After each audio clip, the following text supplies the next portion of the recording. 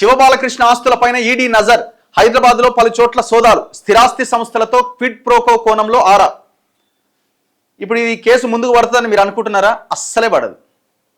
ఎందుకంటే ఇది మొత్తము వీడు రెరాలో ఒక ఆఫీసరు, ఆ రెరా పర్మిషన్స్, ఇప్పుడు ఆ బిల్డింగ్ ఆ యొక్క కన్స్ట్రక్షన్కి సంబంధించిన పర్మిషన్స్ ఈ రెరా అనేది ఇస్తుంది. ఇది సరిగ్గా ఉన్నాయా లేవా అన్ని చూసిన తర్వాత ఈ రెరా పర్మిషన్ వస్తుంది. ఈ రెరా పర్మిషన్లు ఇవ్వడంలో వీడు తోపు ఈ శివబాలకృష్ణ. ఎప్పుడు అరెస్ట్ అయ్యింది వీడు? దాదాపు ఒక సంవత్సరం కింద అరెస్ట్ అయ్యింది. వీడు ఎవరి పేరు చెప్పిండు? వీడు అరవింద్ కుమార్ పేరు చెప్పిండు, సోమేష్ కుమార్ పేరు చెప్పిండు, వీళ్ళందరి పేర్లు చెప్పి వీళ్ళంతా ఇన్వాల్వ్ అయ్యారు ఆనాడు. ఎవరి ఆధ్వర్యంలో ఈ దందా నడిచింది? కేటీఆర్ ఆధ్వర్యంలో ఈ దందా నడిచింది. కొన్ని వేల కోట్ల ఆస్తులు కూడబెట్టిండు. ఎక్కడి నుంచి వచ్చినాయి? ఆ రియల్ ఎస్టేట్ కంపెనీకి ఆ రెరా పర్మిషన్స్. అసలు అక్కడ గవర్నమెంట్ ల్యాండ్ ఉన్నా, అసైన్ ల్యాండ్ ఉన్నా, లేకపోతే చెరువు ఉన్నా, ఇంకోటి ఉన్నా, వీడు పర్మిషన్స్ ఇచ్చేస్తూ వెళ్ళిపోయాడు. ఏం లేదు, డబ్బులు ఇస్తే అయిపోయా అంతే. డబ్బులు ఇచ్చేస్తే పర్మిషన్ వచ్చేస్తుంది. ఇక వాడు కనీసం విజిట్కి కూడా బోడిగా. ఇట్లా రియల్ ఎస్టేట్ మాఫియాతో చేతులు కలిపి కొన్ని వందల వేల పర్మిషన్స్ ఇచ్చేసిండు. ఇప్పుడు వీడి సంపాదన మీద రేవంత్ రెడ్డి ఫోకస్ చేసి, ED Narendra Modi ED focus చేసి ఆయన ఆస్తుల మీద ఆయన ఆస్తులు జప్తీ చేస్తారా? సింపుల్గా మీరు వీడు ఏవేవైతే పర్మిషన్స్ ఇచ్చిండో అన్ని పర్మిషన్స్ కాపీస్ ముందుకు తెచ్చుకోండి. అక్రమంగా ఇచ్చిన పర్మిషన్లని రద్దు చేయడం మీకు దమ్ముంటే చేతనైద్దా? అంత మీరేనైతిరి. ఈ పార్టీవాడు, ఆ పార్టీవాడు, అవతల పార్టీవాడు. అవినీతి నిరోధక శాఖ ఏసీబీ తనిఖీల్లో ఇంట్లో ఏకంగా 84 లక్షల నగదుతో పాటు 32 లక్షల విలువైన 86 చేతి గడియారాలతో పట్టుబడి జైలుకు వెళ్లొచ్చిన హెచ్ఎండిఏ పూర్వ ప్లానింగ్ డైరెక్టర్ శివబాలకృష్ణ ఆస్తుల లెక్క తేల్చేందుకు ఈడీ రంగంలోకి దిగింది. శివబాలకృష్ణకు చెందిన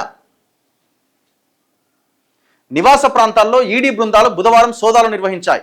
రాజేంద్ర నగర్లోని శివబాలకృష్ణ ఇంటితో పాటు చైతన్య నగర్లోని ఆయన సోదరుడు నవీన్ కుమార్ ఇల్లు, మరికొన్ని ప్రాంతాల్లో సోదాలు జరిపింది. ఈ సందర్భంగా పలు కీలక పత్రాలు స్వాధీనం చేసుకుంది. సోదాల అనంతరం శివబాలకృష్ణ వాంగ్మూలాన్ని నమోదు చేశారు.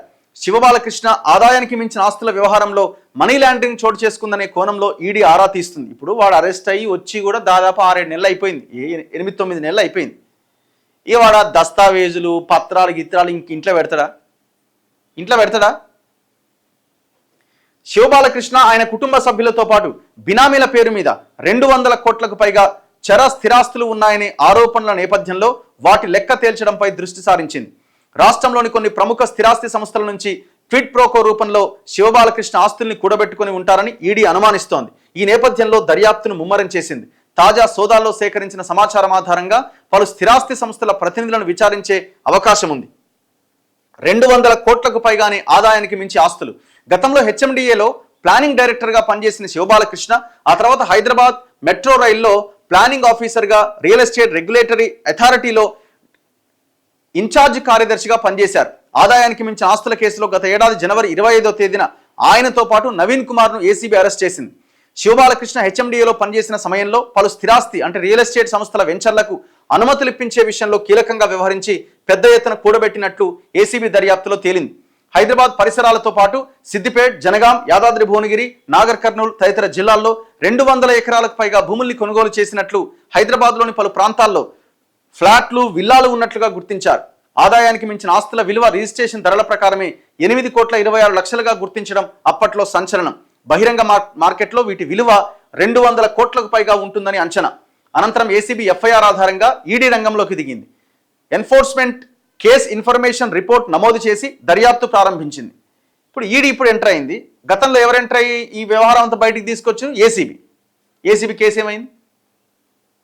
2024 జనవరిలో అరెస్ట్ అయ్యిండు శివబాలకృష్ణ.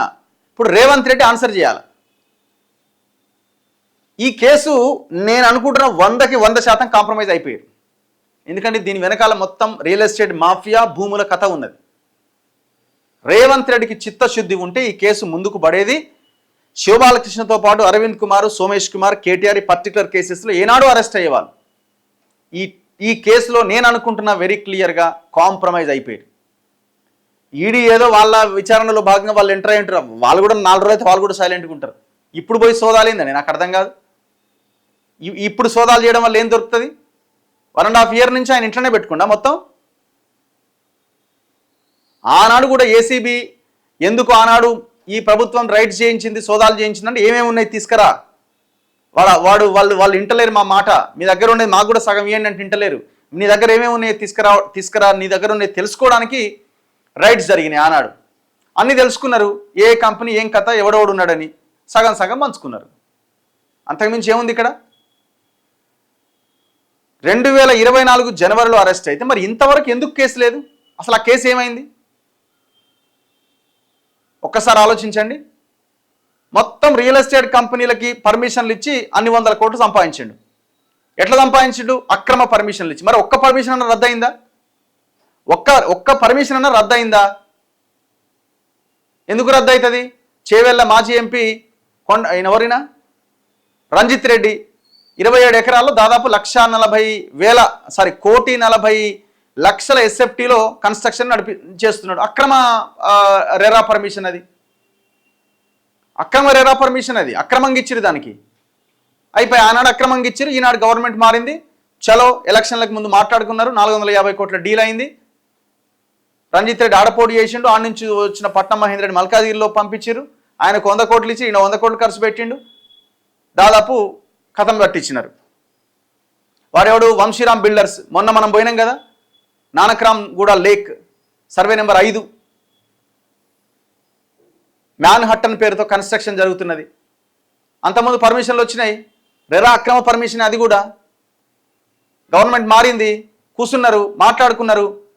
నాకు తెలిసిన ఇన్ఫర్మేషన్ ప్రకారం పొంగులేడు 300 కోట్లు వేసుకున్నాడని, రేవంత్ రెడ్డి అండ్ కో దాదాపు 5 లక్షల ఎస్ఎఫ్టీ వాళ్ళు తీసుకున్నారని. మీరే చెప్పాలి ఇది వాస్తవమా కాదా? మరి మాకున్న సోర్స్ అయితే ఇది. అయిపోయా మొత్తం థర్డ్ షెడ్లు గీడ్ షెడ్లు అన్ని కొట్టేసిండు, చెరువులు మొత్తం లేపేసి చదువుని వేసి పడేసిండు. ఇవాళ చెరువే లేకుండా పోయింది. Total purely government. మరి అది రెరా అక్రమ పర్మిషన్ కాదా? ఇవన్నీ ఈ దొంగలు ఇచ్చినాయి కాదా? ఏది? Where is the enquiry? Revanth Reddy దీని మీద మీ యొక్క చిత్తశుద్ధిని ఏం నిరూపించుకుంటున్నారో ఒక్కసారి ఆన్సర్ చేయండి మాకు. ఇట్లాంటివి మేము 100 చెప్తాం, 100.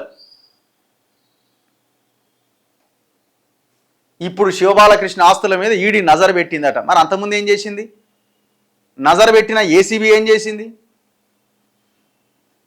ఇంత మోసం చేస్తున్నారు జనాన్ని చూడండి. 450 కోట్ల డీలు ఎంపీ ఎలక్షన్లకు ముందు జరిగిన వ్యవహారము. ఎవరు? మరి జనార్దన్ రెడ్డి ఇంట్లో. మనం ప్రతిరోజు మాట్లాడుతున్నాం కదా. ఇగో ఈ శివబాలకృష్ణ అంటోడు శివబాలకృష్ణ పైన లోకాయుక్తలో కేసు నమోదైందట. పుప్పాలగూడ సర్వే నెంబర్ 277, 280, 281లో ప్రభుత్వ భూములను ప్రైవేట్ భూములుగా చూపిస్తూ అనుమతులు ఇచ్చారని అడ్వకేట్ ఇమ్మనేని రామారావు లోకాయుక్తలో సోమవారం ఫిర్యాదు చేశారు.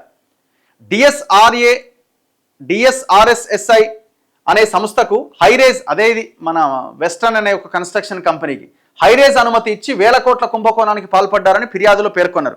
రాష్ట్ర లోకాయుక్త కార్యాలయంలో ఫిర్యాదు చేయగా కేసు నమోదైంది. ఈ క్రమంలో ఈడీ సోదాలు నిర్వహించడం సంచలనంగా మారింది. ఈ దాడుల విషయమై ఈడీ కార్యాలయం నుంచి అధికారిక ప్రకటన వెలువడాల్సి ఉన్నది. ఎవందిది? చేవెళ్ల మాజీ ఎంపీ రంజిత్ రెడ్డికి సంబంధించిన వ్యవహారం.